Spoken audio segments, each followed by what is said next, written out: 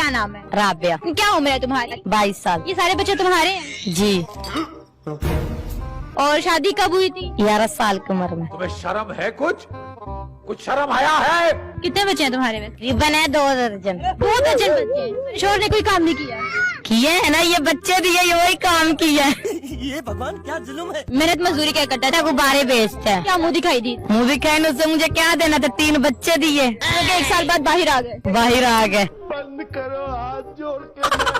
तो अगर ये सारे कहीं गुम हो जाए या कहीं मांगने चले जाए, इकट्ठा कैसे करती हो? आ जाते खुद ही मांग के घर। शोर कितना प्यार करता है? बहुत ज्यादा प्यार करता तो इतने बच्चे आए हैं। पक्का सच्चा प्यार करता है? पक्का प्यार करता तो इसलिए बच्चे आया, कच्चा प्यार करता तो बच्चे आते। अच्छा ये लोग कभी कोई गिफ्ट दिए?